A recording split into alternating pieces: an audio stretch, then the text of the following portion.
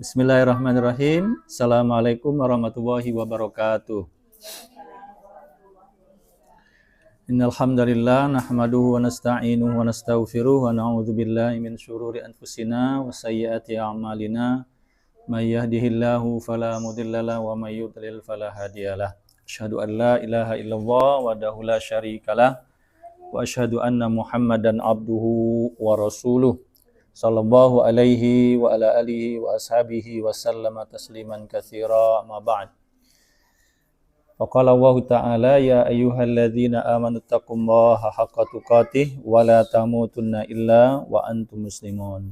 Alhamdulillah, bersyukur kita kepada Allah Subhanahu wa taala pada pagi hari ini kembali kita dipertemukan Allah di dalam majelis kita yang mulia ini, yang kita sudah laksanakan secara rutin di setiap hari Sabtu pagi insyaallah. Mudah-mudahan apa yang kita lakukan pada pagi hari ini dicatat oleh Allah Subhanahu wa taala sebagai bagian dari amal soleh kita. Dan insyaallah apa yang kita lakukan ini bukan perbuatan yang sia-sia, yang jelas-jelas insyaallah akan mendatangkan pahala. Karena Nabi SAW pernah bersabda, man salaka tariqan yaltamisu fihi ilman sahalallahu lahu bihi tariqan ilal jannah. Siapa saja yang berjalan menuju untuk melakukan atau untuk mencari ilmu, fahuwa fi sabilillah, maka dia berada di jalan Allah. Kalau seseorang sudah berada di jalan Allah, maka mudah-mudahan ya insyaallah dia akan mendapatkan ridha dari Allah Subhanahu wa taala. Dalam riwayat yang lain Nabi sallallahu alaihi wasallam katakan, idza marartum biriyadil jannah farta'u. Apabila kalian melalui taman surga, maka berhentilah, bersenang-senanglah ya. Para sahabat kemudian bertanya, wa mariyadul jannah ya Rasulullah, apa itu taman surga ya Rasulullah?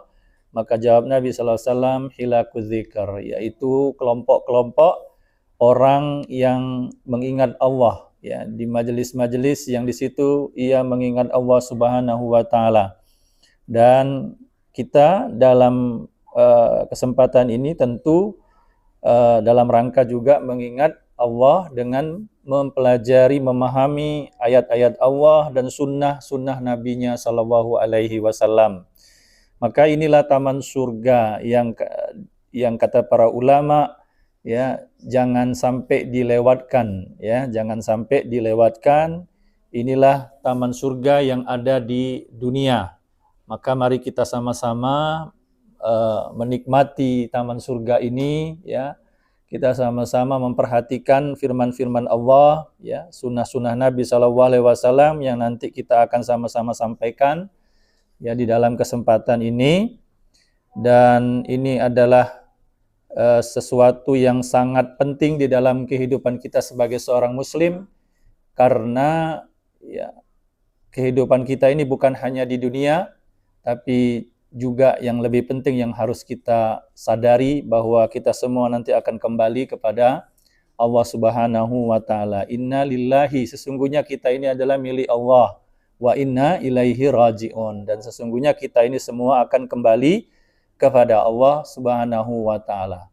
Maka terkait dengan kalimat raji'un, yaitu kembali kepada Allah Subhanahu wa taala, di dalam syariat kita tentunya Allah Subhanahu wa taala menurunkan ya petunjuknya, hidayahnya ya, berupa Al-Qur'an dan As-Sunnah yang sama-sama harus kita pedomani. Yang dengan itu kita akan rujuk, akan kembali kepada Allah Subhanahu wa taala. Ya, dan dengan kembalinya kita kepada Allah ya bersama Al-Qur'an, ya bersama As-Sunnah, maka insyaallah kita akan mendapatkan kebahagiaan di akhirat kelak. Amin ya rabbal alamin. Maka kehidupan dunia kita ini tentu tidak akan lepas dari perkara-perkara yang melalaikan kita dari mengingat Allah ya. Ada banyak perkara-perkara di dunia ini yang mungkin bisa melalaikan kita dari mengingat Allah. Di dalam surah Al-Munafikun sendiri Allah mengingatkan di antara yang perkara-perkara yang melalaikan kita dari mengingat Allah adalah amwal, ya. Amwal itu artinya harta, dan aulad yaitu anak-anak. Ya ayyuhalladzina amanu la tulhikum amwalukum wala auladukum an dzikrillah. Wahai orang-orang yang beriman, janganlah sekali-kali kalian dilalaikan oleh harta dan anak-anak. Nah, melalaikan kita dari mengingat Allah tentunya bisa berakibat kita melakukan perbuatan-perbuatan yang dilarang oleh Allah. Karena setiap perbuatan yang di situ kita melakukannya karena perbuatan itu masuk dalam kategori perbuatan yang dilarang oleh Allah, maka otomatis pada saat itu hati kita tidak akan mengingat Allah Subhanahu wa taala. Dan itulah yang kemudian disebut dengan dosa. Itulah yang kemudian disebut dengan maksiat, ya, keburukan-keburukan. Ketika seorang melakukan perbuatan maksiat, maka sudah dipastikan hatinya pasti tidak akan dekat dengan Allah. Misalnya seseorang melakukan pencurian, maka tidak akan mungkin orang yang sedang mencuri itu hatinya ingat kepada Allah. Ketika seseorang melakukan perbuatan zina misalnya, atau minum khamar, atau perbuatan-perbuatan maksiat lainnya, maka tentunya kita bisa pastikan bahwa orang tersebut sudah tidak dalam keadaan mengingat Allah. Maka Nabi disebutkan di dalam beberapa riwayat, ini bukan dalam bentuk sunnah atau hadis Nabi SAW, tapi perkataan-perkataan dari para ulama, al-imanu yazidu wa yankus, bahwa iman itu bertambah dan berkurang. Yazidu bit ta'ah, dia bertambah dengan ketaatan, wa yankusu bil maksiyah, dan berkurang dengan kemaksiatan. Maka tadi seperti yang kita sampaikan, kalau orang sedang melakukan perbuatan maksiat, maka pada saat itu tentu dia sedang tidak dalam keadaan kondisi beriman yang sempurna. Maka kondisi-kondisi kita dalam seperti inilah menjadikan kita lalai dari Allah Subhanahu wa taala, sehingga kita terjerumus, terperosok ke dalam perbuatan-perbuatan sia-sia, perbuatan maksiat, perbuatan dosa. Maka Allah Subhanahu wa taala, ya, dengan rahmatnya, dengan kasih sayangnya juga menurunkan, ya, apa yang disebut dengan taubat, ya. Allah menurunkan ampunan kepada kita semuanya, karena sudah pasti kita tidak akan terlepas dari yang namanya dosa, dari yang namanya maksiat, ya. Kullu bani adama khatta'un, dan itu sudah digariskan, ya, di dalam sejarah kehidupan manusia sejak awal, bahwa mereka pasti akan melakukan perbuatan dosa. Dan dosa pertama yang sudah pernah kita sampaikan, yang dilakukan oleh bapak kita Adam alaihi salam, yaitu ketika beliau mendekati pohon yang dilarang oleh Allah Subhanahu wa taala untuk mendekatinya, ya. Tapi kemudian karena godaan syaitan, tipu daya syaitan, maka kemudian Adam melanggar larangan Allah tersebut untuk mendekati pohon yang terlarang tadi. Maka terusirlah kemudian Adam bersama istrinya, ya, dari surga Allah, ya. Dan kita ketahui apa yang dilakukan oleh Adam alaihissalam bersama istrinya tidak lain kemudian beliau berdua bertaubat kepada Allah Subhanahu wa taala. Dan ungkapan taubat yang diabadikan dalam Al-Qur'an itu sering kita baca dalam doa-doa kita. Qala rabbana zalamna anfusana wa illam taghfir lana wa tarhamna lanakunanna minal khasirin. Mereka berdua, ya, Adam dan Hawa itu berkata, ya, berdoa kepada Allah, Rabbana zalamna, ya Tuhan kami telah melakukan kezaliman, ya, kezaliman. Rabbana zalamna anfusana, kami telah melakukan kezaliman terhadap diri kami sendiri. Wa illam taghfir lana, dan jika engkau tidak mengampuni, lanakunanna minal khasirin, maka kami termasuk orang-orang yang merugi. Ini ungkapan yang sangat baik sekali, yang bagus sekali, di mana ketika seseorang melakukan dosa kemudian dia tidak bertaubat, ya, ketika melakukan maksiat kemudian dia tidak bertaubat, maka disebutkan di dalam doa Nabi Adam tadi termasuk orang-orang yang merugi. Mengapa dikatakan merugi? Karena jika kita tidak bertaubat ya kepada Allah dan Allah tidak akan mengampuni kita, ya, maka tentunya kehidupan kita nanti di akhirat adalah kehidupan yang tidak membahagiakan, ya. Allah Subhanahu wa taala hanya menyediakan dua tempat, al-jannatu wan nar, surga dan neraka. Surga itu adalah tempat bagi orang-orang yang melakukan perbuatan-perbuatan baik, ya, amal saleh, ya, ketaatan kepada Allah, dan sebaliknya neraka adalah tempat di mana Allah akan menyiksa hamba-hambanya yang melakukan kezaliman. Inilah mungkin yang dimaksud oleh Nabi Adam alaihissalam kerugian itu. Kerugian bukan yang hakiki, yang sejatinya itu bukan di dunia. Kalau uang tidak lulus di PNS itu bukan rugi. Kalau uang tidak dapat duit yang banyak bukan rugi. Seorang anak misalnya tidak lulus masuk perguruan tinggi itu bukan rugi, ya. Kerugian bukan dilihat dari materi, ya, tapi nanti di akhirat kerugian yang sejati adalah di mana Allah Subhanahu wa taala tidak memandang kita, tidak mengajak bicara kepada kita, dan yang lebih menyakitkan lagi Allah akan menurunkan azabnya kepada kita di akhirat. Wal iyazubillah, na'udzubillah, summa na'udzubillah, ya. Maka jemaah sekalian yang dimuliakan Allah Subhanahu wa taala, disinilah pentingnya kita selalu berusaha untuk bertaubat kepada Allah Subhanahu wa taala. Dan tema kita pada pagi hari ini ya berkaitan dengan salat sunnah taubat. Ya, salat sunnah taubat.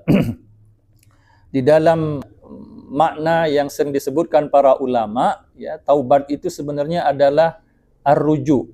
Ruju itu artinya kembali, ya. Kalau di fikih nikah ada namanya rujuk, ya. Rujuk itu artinya seorang istri atau seorang suami kembali lagi kepada istrinya setelah terjadi perceraian. Ya, ada namanya rujuk. Maka tolaknya kalau dalam fikih, ya, tolak dalam perceraian itu ada yang namanya tolak raj'i. Nah, tolak raj'i itu artinya tolak yang masih bisa rujuk. Nah, ya, tolak raj'i namanya. Tolak yang masih bisa rujuk kembali.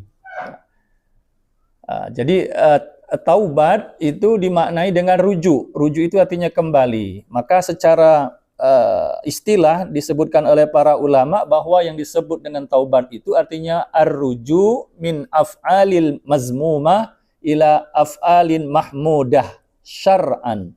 Bahwa yang namanya taubat itu berarti kembali kepada Allah dari perbuatan-perbuatan tercela, dari perbuatan-perbuatan maksiat kepada perbuatan-perbuatan yang terpuji secara syariat. Ya. Jadi kalau seseorang disebut bertaubat adalah ketika dia kembali tadinya melakukan perbuatan-perbuatan yang tidak bermanfaat, melakukan perbuatan-perbuatan yang diharamkan misalnya, ya, atau yang dilarang oleh Allah Subhanahu wa taala, perbuatan-perbuatan yang tercela, lalu kembali lagi kemudian untuk melakukan perbuatan-perbuatan yang terpuji, kembali untuk melakukan amal soleh. Tadinya misalnya meninggalkan sholat, lalu kemudian sekarang dia sudah mulai rajin sholat. Tadinya dia sudah meninggalkan membaca Al-Quran, tidak membaca Al-Quran sama sekali, maka kemudian sekarang dia kembali untuk membaca Al-Quran. Tadinya dia malas-malesan untuk hadir di majelis ilmu, menganggap majelis ilmu seperti ini tidak bermanfaat, ya lebih baik dia mencari uang misalnya kan, atau menghabiskan hari-harinya dengan perkara-perkara yang tidak manfaat. Lalu kemudian sekarang dia kembali untuk datang, ya, menghadiri majelis-majelis ilmu, majelis-majelis zikir seperti ini, ya.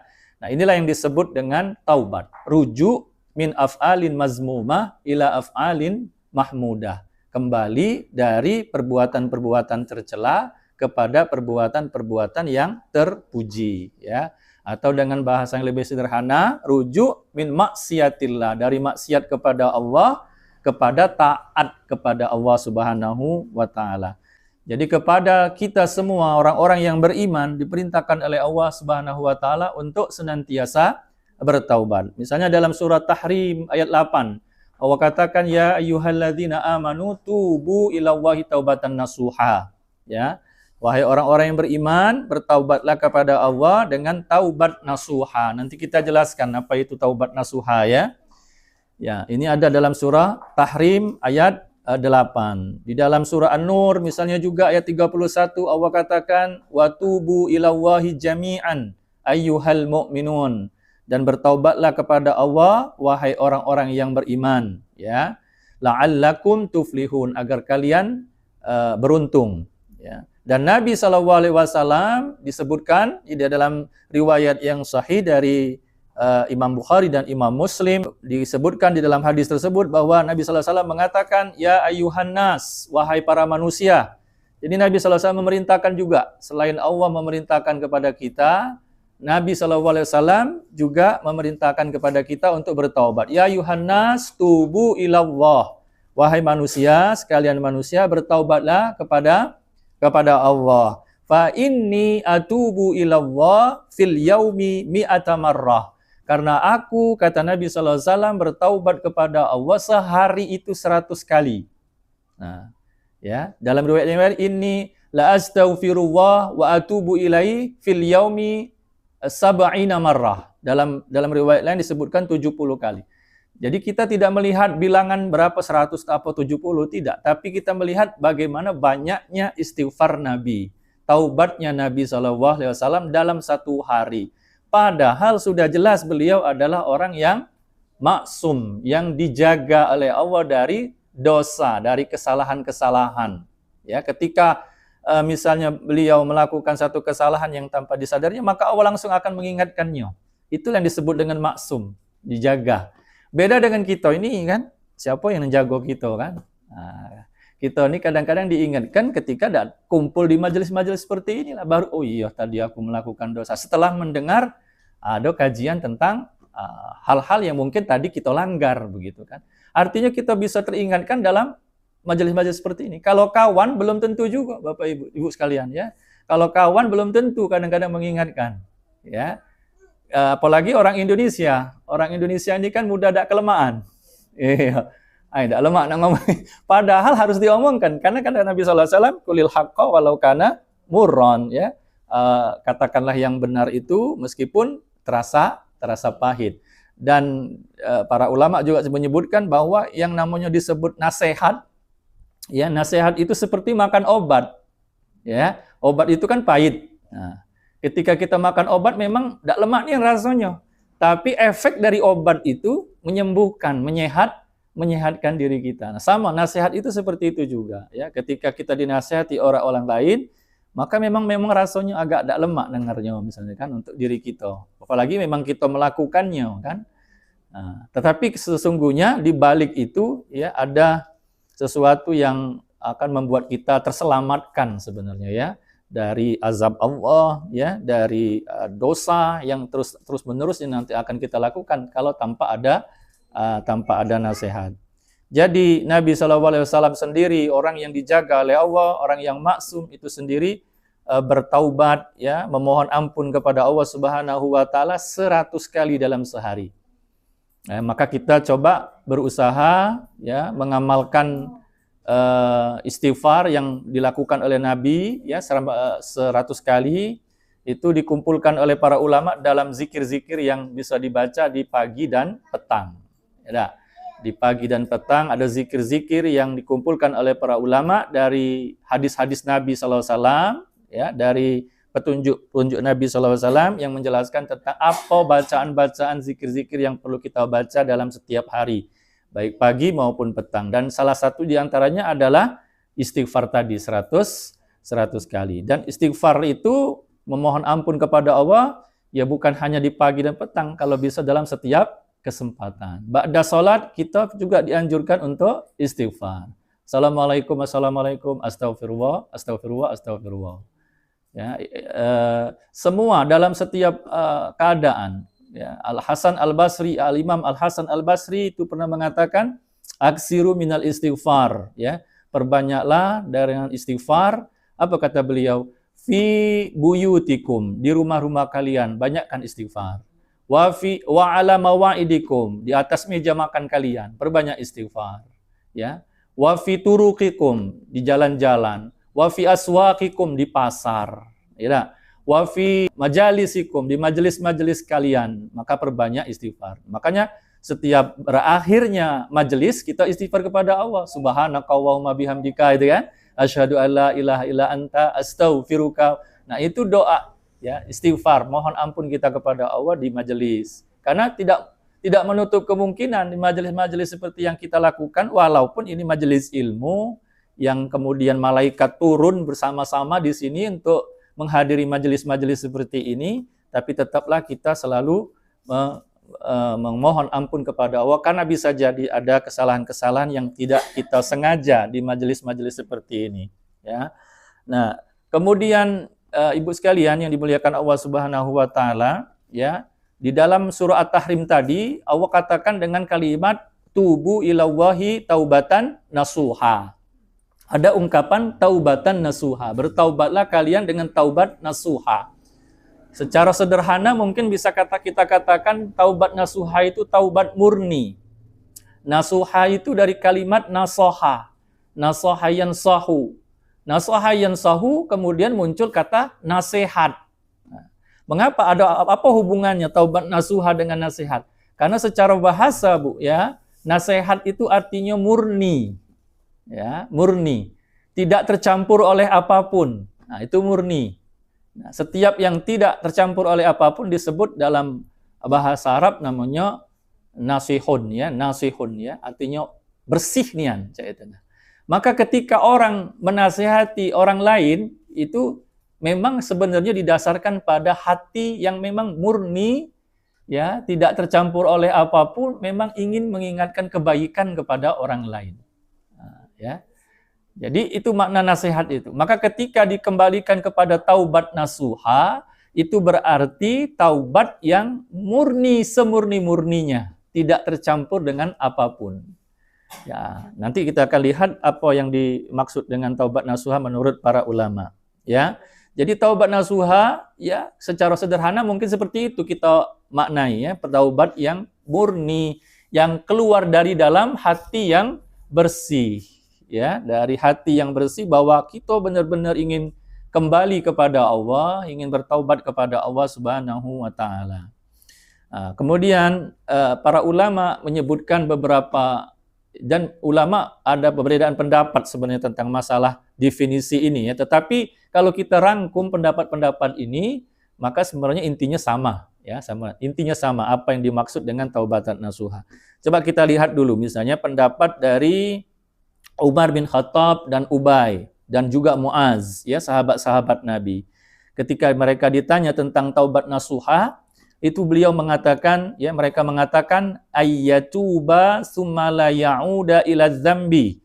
Bahwa yang dimaksud dengan taubat nasuha ialah bertaubat kemudian dia tidak kembali lagi kepada dosa, kama la ya'udu al-labanu ila dhar'i. Nah, diumpamakan dengan seperti ini, Bu, ya, kata Umar, Ubay bin Ka'ab, kemudian Muaz bin Jabal, bahwa yang disebut dengan taubat itu adalah ayyatuba summa la ya'uda ila dzambi. Seseorang yang bertaubat itu adalah dia bertaubat kepada Allah dan tidak kembali lagi untuk melakukan perbuatan-perbuatan yang dilarang tadi. Nah, perumpamannya seperti apa, Bu? Tidak kembali lagi. Nah, ini sangat tegas sekali perumpamaan. Disebutkan oleh mereka ini, kama la ya'udu al-labanu ila dhar'i. Sebagaimana air susu tidak kembali lagi ke tempatnya.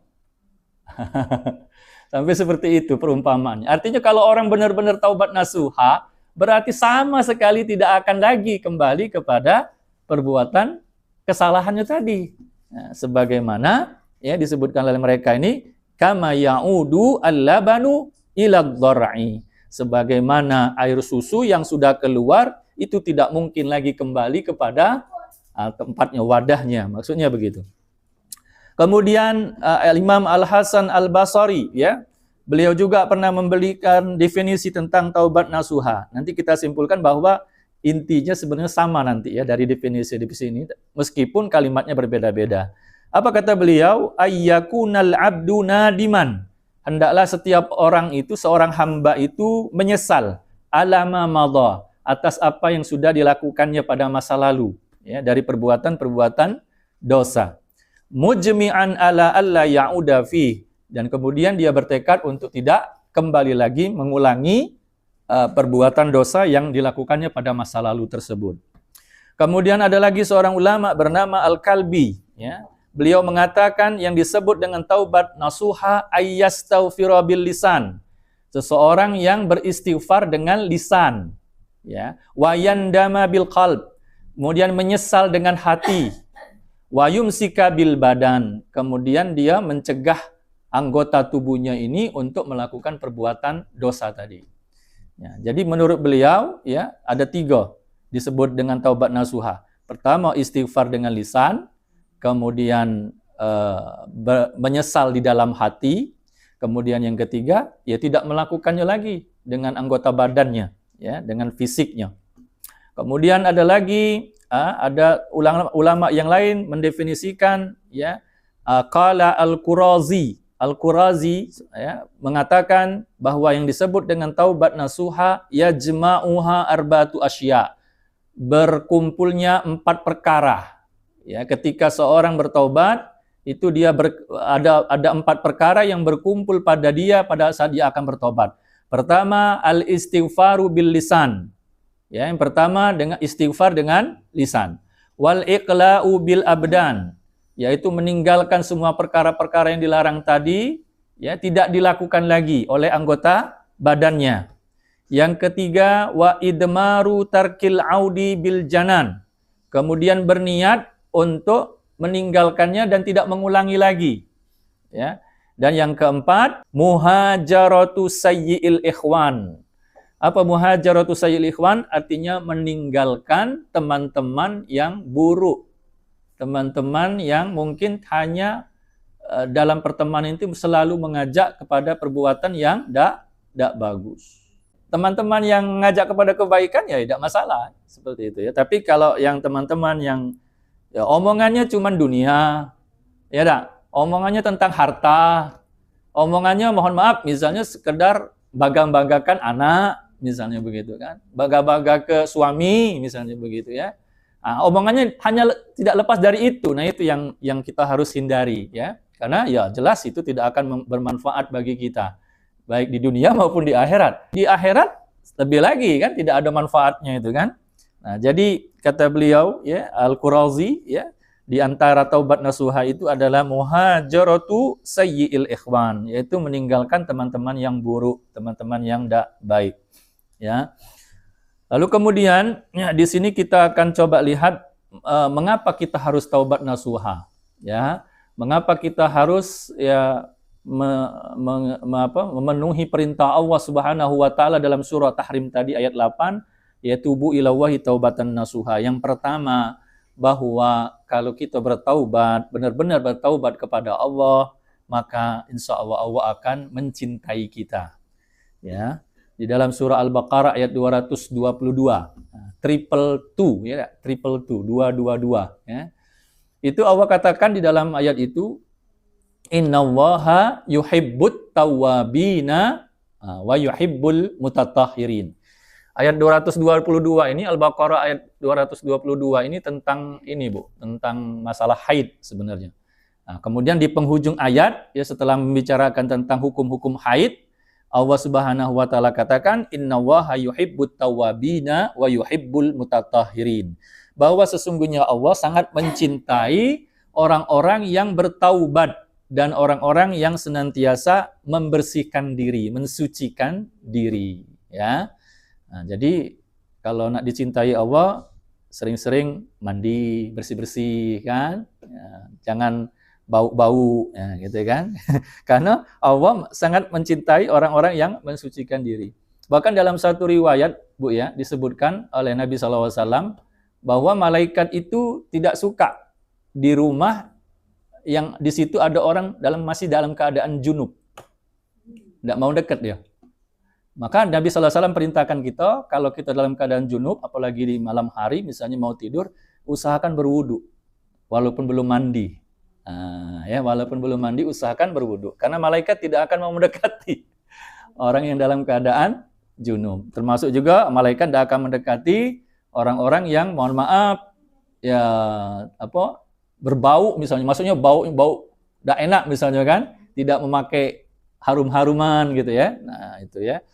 Jadi malaikat ini senang ya dengan kita yang bersih ya, bersih, suci, mensucikan diri, termasuk ketika membaca Al-Qur'an. Walaupun memang secara dalil memang tidak ada petunjuk khusus Bu ya bahwa membaca Al-Qur'an itu harus berwudu, tetapi ya bentuk dari takzim kita, bentuk dari adab kita terhadap kalamullah, terhadap Al-Qur'an, maka kita usahakan berwudu.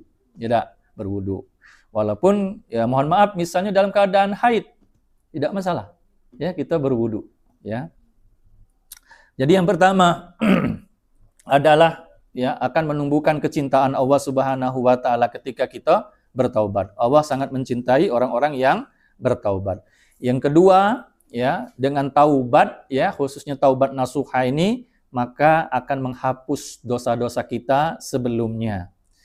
At-taibu minadz-dzambi kaman la dzambalah. Kata Nabi sallallahu alaihi wasallam, orang yang bertaubat dari dosa seperti orang yang tidak punya dosa. Nah, bayangkan, ini kasih sayang Allah kepada kita ya. Kalau kita bertobat, maka seolah-olah kita tidak melakukan dosa sebelumnya. Nah, ya, sama seperti seorang yang mu'alaf, ya, orang mu'alaf ketika dia masuk Islam maka selesai dan yang sudah pernah dilakukan sebelum-sebelumnya dari kekufuran, ya. Dia tidak lagi dihitung itu, ya. Nah, kita mudah-mudahan bisa seperti itu dengan taubat, ya. Karena bukan mu'alaf kita nih kan. Karena bukan mu'alaf, jadi kita ya usahanya dengan terus memperbaharui taubat kita kepada Allah. Mudah-mudahan ya apa yang sudah kita lakukan sebelumnya itu tidak lagi dilihat oleh Allah sebagai dosa. Bahkan seorang ulama ya namanya Imam Ibnul Jauzi itu pernah ditanya oleh orang ya, apakah aku bertasbih atau beristighfar ketika mau taubat? Coba Bu jawab. Kalau nak bertaubat bertasbih atau beristighfar? Apalah alasannya? Padahal bertasbih juga bisa menggugurkan dosa kan? Nabi SAW kan pernah ngajarkan kan? 4 kalimat yang kalau kita baca bisa menggugurkan dosa. Subhanallah, walhamdulillah, wala ilaha illallah, wallahu akbar. Seperti daun kering yang berguguran. Ya kalau kita baca itu. Banyak sebenarnya perbuatan-perbuatan yang bisa menggugurkan dosa, termasuk wudu. Kalau kita berwudu, maka keluarlah dosa-dosa kita itu dari setiap tetesan itu sampai tetesan terakhir. Apalagi kalau ibu-ibu nanti kemudian setelah wudu melakukan sholat sunnah wudu, maka akan diampuni lagi oleh Allah. Jadi banyak caranya untuk bertaubat kepada Allah itu untuk menggugurkan dosa-dosa kita, Bu ya. Tetapi ketika ditanya apa yang lebih dipakai, apakah dengan bertasbih atau dengan istighfar, maka jawab Imam Ibnul Jauzi rahimahullah ta'ala sebagaimana yang dijawab ibu-ibu tadi ya, bahwa kata beliau tidak menjawab langsung bahwa harus dengan istighfar ya, tapi apa kata beliau dengan perumpamaan, pakaian yang kotor lebih membutuhkan sabun daripada pewangi. Artinya lebih butuh kita istighfar untuk menghapus dosa-dosa tadi dibandingkan dengan tasbih. Meskipun mungkin ya tasbih tadi juga termasuk dalam perbuatan-perbuatan yang bisa menggugurkan dosa. Kemudian yang ketiga ya dari keutamaan kita bertaubat ini adalah bisa ya mengganti kejelekan menjadi kebaikan. Jadi apapun yang kita lakukan dari bentuk-bentuk keburukan ketika kita bertaubat, maka Allah ganti dengan kebaikan ya. Wa atbi'is sayyi'atal hasanata, kata Nabi sallallahu alaihi wasallam, tamhuha. Maka kata Nabi sallallahu alaihi wasallam, ikutilah perbuatan-perbuatan buruk tadi itu dengan perbuatan baik, maka perbuatan baik itu akan menghapus perbuatan buruk. Innal hasanat yuzhibunas sayyi'at. Sesungguhnya perbuatan-perbuatan baik itu akan menghilangkan, menghapus perbuatan-perbuatan yang buruk ya. Yang lebih spesifik lagi misalnya disebutkan oleh Allah di dalam surah Al-Furqan ya ayat 70. Al-Furqan ayat 70 itu sebenarnya pembahasannya tentang ibadur rahman yang kita bahas pada minggu kemarin. Cuma belum selesai ya. Nah, ketika disebutkan bahwa ibadur rahman itu ketika misalnya melakukan perbuatan tidak melakukan perbuatan dosa, Dan ketika melakukan perbuatan dosa, mereka akan bertaubat kepada Allah. Ya, illa man taba wa amana wa amila amalan salihan faulaika yubaddilullahu sayyiatihim hasanat. Kalau kita bertaubat kepada Allah, diiringi dengan amal soleh, setelah bertaubat itu, diiringi dengan beriman kepada Allah, kemudian beramal soleh, maka semua itu akan menutupi keburukan yang sudah kita lakukan itu. Ya, faulaika yubaddilullahu sayyiatihim hasanat. Maka Allah akan mengganti perbuatan-perbuatan baik itu dengan kebaikan, dan kebaikan di situ maksudnya pahala. Ya. Berikutnya lagi, keutamaan dari kita bertaubat kepada Allah ini adalah ya bahwa taubat ini adalah jalan ya menuju kepada surga Allah. Ya. Illa man taba wa amana wa amila salihan faulaika yadkhulunal jannah. Kecuali orang-orang yang bertaubat, beriman dan beramal saleh, maka kata Allah janjinya adalah faulaika yadkhulunal jannah, maka mereka itu akan masuk surga, ya, wala yuzlamuna syai'a, dan mereka tidak akan dirugikan. Ya, orang yang bertaubat kepada Allah itu justru akan mendekatkan dirinya kepada surga Allah. Ya, kita sudah berada di sisa umur. Ya, ketika disebut sisa umur jangan terkecoh bahwa kalau umurnya kita masih muda, ya berarti sisa umurnya masih banyak. Tidak. Ya. Sisa umur itu maksudnya kehidupan kita sekarang ini. Ketika kita belum mati ini, nah sekarang hari ini sisa umur namanya. Karena apa? Karena besok kita belum tahu. Ya. Nah, itu yang disebut dengan sisa umur. Maka di sisa umur ini ya kita ya jangan sampai seperti yang dilakukan oleh Fir'aun ketika dia bertaubat dalam keadaan sudah sakaratul maut, ya, dan kalau bertaubat dalam keadaan sakaratul maut tentu tidak akan diterima oleh Allah Subhanahu wa taala. Dari sisi waktu, taubat yang tidak diterima oleh Allah itu dalam dua waktu, dua keadaan. Pertama, ya, ketika ruh sudah berada di kerongkongan. Innallaha la yaqbalu taubata 'abdin ya malam juga innallaha yaqbalu taubata 'abdin malam yugargir. Ya, artinya ketika sudah mendekati ajal sakaratul maut maka tidak akan diterima lagi taubat. Ya, walaupun kita sudah mengucap ke astagfirullah berulang-ulang kali tidak akan diterima. Kalau mau taubat berarti sebelum itu maksudnya.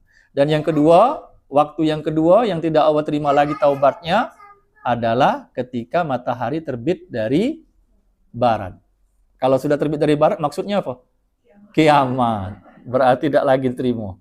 Ya, ketika sudah kiamat. Ya, jadi sebelum itu berarti kalau dari sisi waktu ya, dari sisi waktu sebelum itu kita sudah bertaubat kepada Allah. Mudah-mudahan yang kita lakukan hadir di majelis-majelis seperti ini bentuk dari taubat kita kepada Allah Subhanahu wa taala. Nah, kemudian ya bagaimana caranya kita bertaubat? Ya, selain tadi yang sudah disebutkan bahwa kita meninggalkan perbuatan-perbuatan dosanya, kemudian kita menyesal, kemudian kita tidak mengulangi lagi, ya, kemudian memperbanyak istighfar. Ada satu sunnah ya yang diajarkan oleh Nabi Shallallahu Alaihi Wasallam, yaitu sholat sunnah taubat. Sesuai dengan tema kita yang sudah kita sampaikan di flyernya itu ya, sholat sunnah taubat.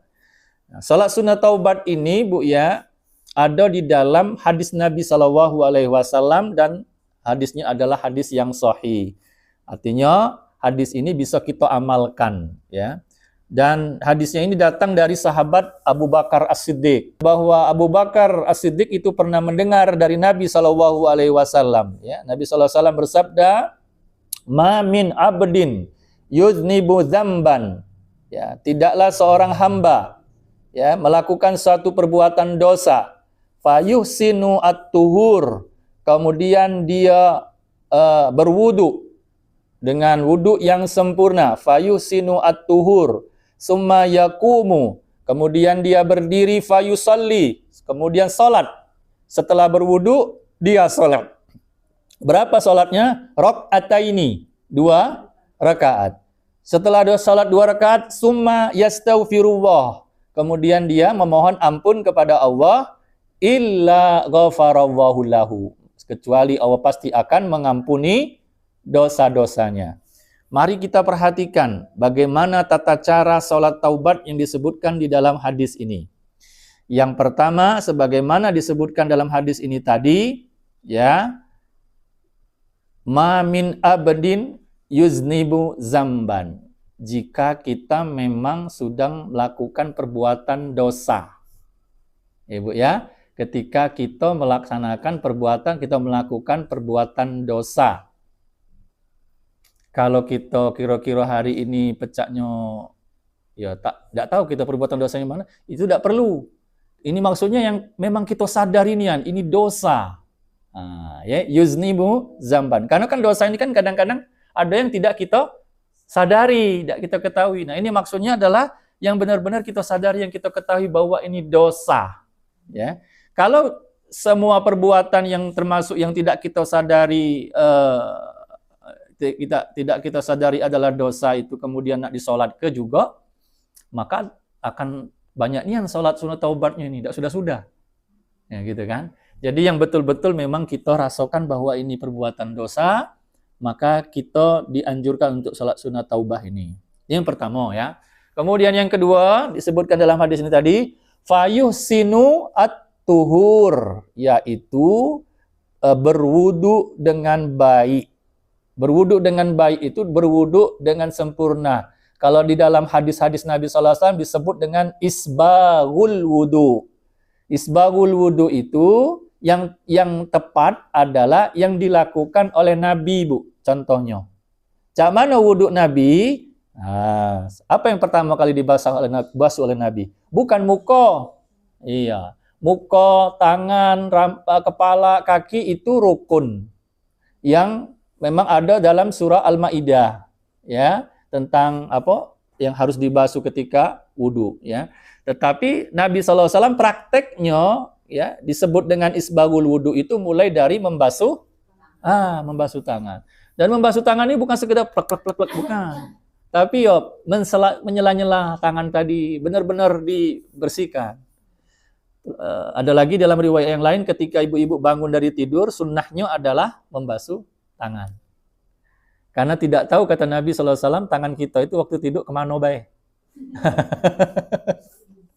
Iya, itu sunnah Nabi, Bu. Jadi diamal ke baik. Bangun tidur, sudah baca Alhamdulillahilladzi ahyana ba'da ma amatana wa ilaihin nusur, kemudian kamar mandi, kemudian cuci tangan sebelum ngapo-ngapo, ya. Jadi itu. Jadi ya, wudu yang sempurna adalah dengan membasuh kedua tangan. Setelah membasuh kedua tangan, baru kumur-kumur. Dan itu satu rangkaian dengan menghisap air ke dalam hidung. Di awal-awal, ya dulu kalau saya terpisah memang, Bu, ya. Terpisah, apa maksudnya? Kumur-kumur dulu, baru kemudian masukkan air ke hidung. Ya, sebenarnya tidak salah juga. Maksudnya boleh baik. Tetapi juga di dalam riwayat yang lain disebutkan oleh Nabi SAW bahwa Nabi itu memasukkan air ke dalam mulut sekaligus ke dalam hidung. Bisa enggak, Bu? Ya. Latihlah kaget coba-coba. Karena itu masuk juga sunnah Nabi SAW. Kalau memang bisa dilakukan, ya. Jadi airnya itu kumur-kumur langsung dihisap. Dan dihisapnya itu sampai ke dalam, Bu. Bukan di depannya, Pak. Dimasuk ke dalam. Jadi kalau sudah masuk ke dalam baru dihembuskan dengan kuat-kuat. Iya. Karena di sini nih lembab, Bu. Di sini lembab dan kita tahu bahwa syaitan sangat suka di tempat-tempat yang lembab. Itulah yang buat kita agak sulit bangun subuh tuh. Karena syaitannya masih di sini. Tidak bersih kan ketika wudu kan, tidak ada sempurna maksudnya ya. Jadi menghisap air ke dalam hidung ya sekaligus dengan berkumur-kumurnya kan. Kemudian dihembuskan. Ya, itulah yang disebut dengan istinsak wal istinsar ya. Istinsak itu artinya memasukkan air ke dalam hidung, istinsar itu artinya mengeluarkan air dari hidung tadi dengan agak kuat. Ya, nggak kuat, dihembuskan nian. Itu namanya istinsar. Kemudian setelah ini wudhu yang sempurna ya. Setelah kita masukkan air ke dalam mulut dan hidung, baru kemudian membasuh muka. Nah, jadi harus perhatikan nian kalau nak sempurna itu. Jadi jangan sekedar basah-basah tidak, tapi mulai dari tumbuhnya rambut ini ya. Nah, itu yang disebut wajah itu ya, sampai ke sini ya, sampai ke dagu ini ya. Nah, jadi kita basuh, kemudian baru setelah itu ke tangan. Tangan ini sebagaimana dalam surah Al-Maidah ya, itu dari sini dulu. Baru ke siku ya. Bukan dari siku ke ini. Kalau dulu aku masih kecil, cak itulah. Apalagi di pancuran kan? Nah, di keran. Oh, lemaknya dari sini kan langsung. Ternyata setelah kita pahami dari ayatnya tidak, ya. Ya, ilal marafiq. Ilal marafiq itu berarti sampai ke sini, siku ini. Jangan kurang, kalau lebih tidak apa-apa. Ya. Kalau kurang bisa jadi gaya tidak sah wuduknya. Ya. Kalau lebih ya tidak apa-apa. Cuman jangan berlebih-lebihan, lebihnya nak sampai sini nian. Ya. Menyalahi sunnah namanya kalau nak sampai lengan nian ya. Baik. Kemudian setelah membasuh tangan, kita membasuh kepala. Membasuh kepala ini ya, itu langsung Bu, antara kepala dengan telinga. Air yang tersisa dari kepala itu langsung ke telinga. Jadi kita basuh dari sini, nah ke belakang, kemudian balik lagi langsung. Iya, langsung sisa-sisa kan masih ada basah-basah di sini kan. Langsung kita bersihkan ke telinga. Ya panjang Ustaz, rambut aku ke belakang, cak mana? Ya sampai sini bae, enggak usah nak sampai ke rambut yang panjang tadi sampai sini. Nah, nanti balik lagi ke sini, baru kami langsung. Ya, jadi tidak usah lagi ngambil air dari wadah untuk telinga. Walaupun dalam mazhab Syafi'i beliau menggunakan yang terpisah tadi ya. Ya, terpisah. Enggak masalah juga, sah tetap wuduknya ya. Tapi kalau ini sekali Bu, cuman. Kalau kepala. Kalau muka, tangan, sama kaki itu 3 kali. Ya. Jadi sudah kepala sama telinga, baru kemudian terakhir kaki. Nah kaki itu tidak usah nak sampai dengkul. Karena batasnya sampai ilal ka'bain. Ilal ka'bain itu artinya mata kaki. Nah juga sama seperti tangan tadi, menyiramnya dari ujung kaki baru ke mata kaki. Bukan dari mata kaki ke ini, gitu ya. Itu kalau ingin mengikuti sunnahnya seperti yang dilakukan oleh Nabi SAW berdasarkan hadis dari sahabat Utsman. Utsman menjelaskan tentang itu ya. Siapa saja kata Utsman yang berwuduknya seperti wuduknya ini, seperti wuduk Nabi ini, maka mudah-mudahan dia akan diampuni dosa-dosanya oleh Allah Subhanahu wa taala, ya. Nah, jadi seperti itu. Ya, sempurna wuduknya ya kalau ingin berwudu. Jangan asal-asalan. Karena wudu ini syarat untuk kita melakukan sholat. Kalau syaratnya tidak tertunaikan dengan benar, maka sholatnya ya tidak sah ujung-ujungnya kan, seperti itu. Kemudian yang kedua, yang ketiga setelah berwudu, fa yusalli rak'ataini, sholat 2 rakaat. Dalam riwayat lain ada riwayat perawinya ragu antara 4 dengan 2. Nah, tidak masalah kalau mau ngambil 2. Kalaupun nak nambah 4 juga tidak masalah. Ya, sholat taubat tadi ya. 2 rakaat. Fa yusalli rak'ataini, 2 rakaat. 2 rakaat ini Bu tidak ada bacaan-bacaan khusus. Harus surat apa, ayat apa, tidak usah. Silakan yang manobe yang bisa dibaca. Ya. Nah, boleh 2 rakaat, boleh juga 4 rakaat. Kalau memang cukup 2 rakaat, selesai. Ya. Dan setelah itu, ya setelah sholat 2 rakaat tadi, kemudian kita beristighfar kepada Allah, memperbanyak istighfar kepada Allah. Dan ya memang betul-betul di dalam hati kita menyesali atas perbuatan dosa yang kita lakukan tadi. Nah, sholat taubat ini Bu ya tidak dilakukan berulang-ulang. Maksudnya itu tidak seperti sholat rawatib atau sholat duha yang terus-menerus itu kan. Ya, itu yang pertama. Jadi ketika kita benar-benar ada dosa yang kita, ya Allah ini kesalahan yang dosa yang memang harus aku bertaubat ya, maka boleh kita dengan melaksanakan salat taubat ini. Dan ini hukumnya sunnah. Nah, ya. Kalau ibu-ibu tidak melakukannya berdosa tak? Tidak. Karena yang terpenting itu adalah taubatnya, bukan salat sunnahnya. Ya. Jadi hukumnya begini. Ada hukum taubat, ada hukum salat taubat. Hukum taubat itu wajib. Hukum salatnya sunnah. Ya. Nah, jadi seperti itu hukumnya tuh ya.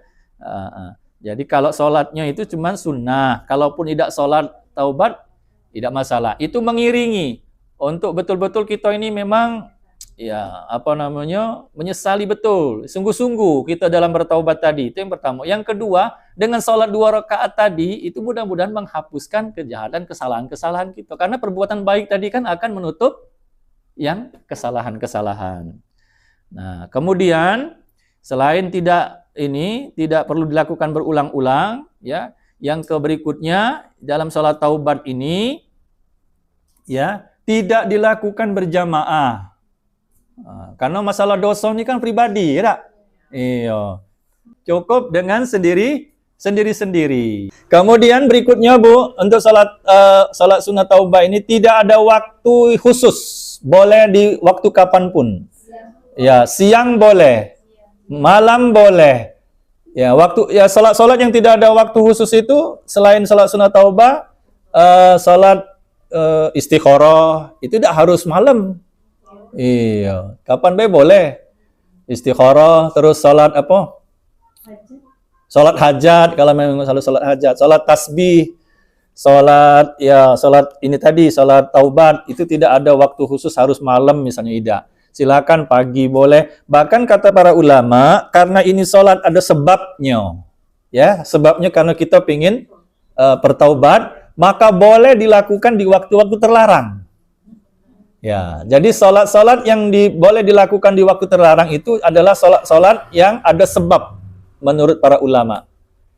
Yang tidak ada sebab seperti sholat sunnah mutlak itu baru tidak boleh dilakukan pada waktu-waktu terlarang. Kapan waktu terlarang? Terlarang ketika matahari terbit, ketika matahari tepat berada di atas kepala, kemudian ketika matahari terbenam, itu waktu-waktu terlarang. Tapi kalau ada sebab, boleh. Tahiyatul masjid sebab bukan?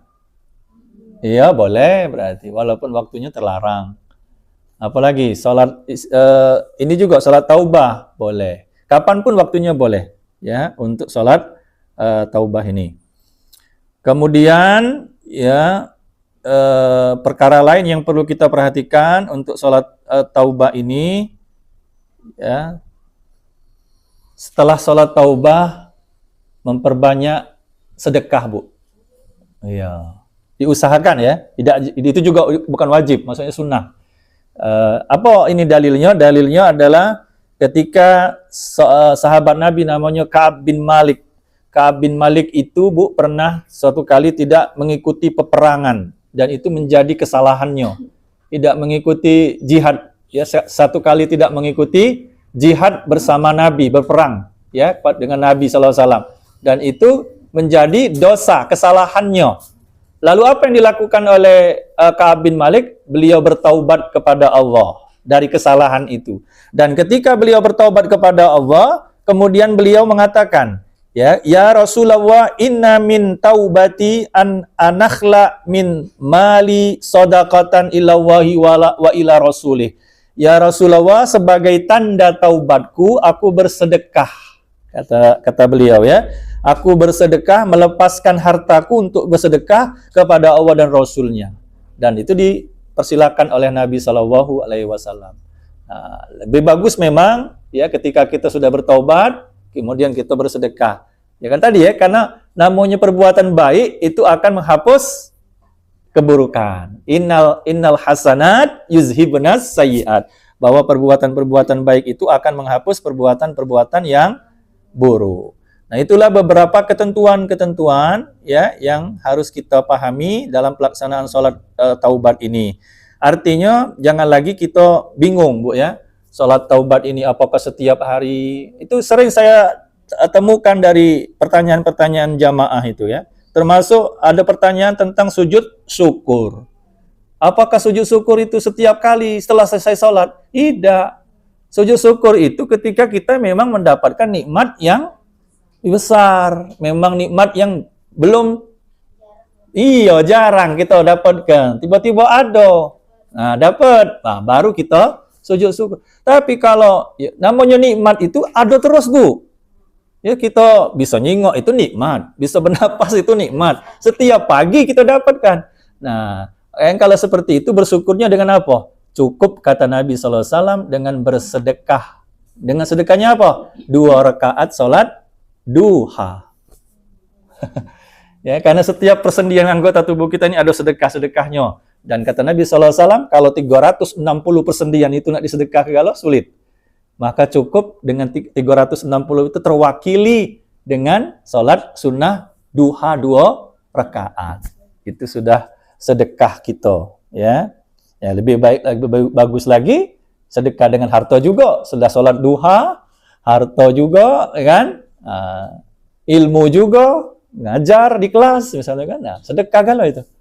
Alhamdulillah, ya. Kita mudah-mudahan bisa mendapatkan pahala dari amal-amal yang seperti itu. Dan kita berdoa jangan sampai kita dijauhkan dari melakukan perbuatan-perbuatan yang diridhai oleh Allah, ya. Allahumma inni as'alukal jannah wa ma qarraba ilaiha min qaulin aw amalin. Kita mohon kepada Allah surga, ya, dan semua hal yang bisa mendekatkan kita kepada surga baik dalam bentuk ucapan maupun perbuatan. Wa na'udzubika minan nar. Dan kita berlindung kepada Allah dari azab neraka. Wa ma qarraba ilaiha min qaulin au amalin.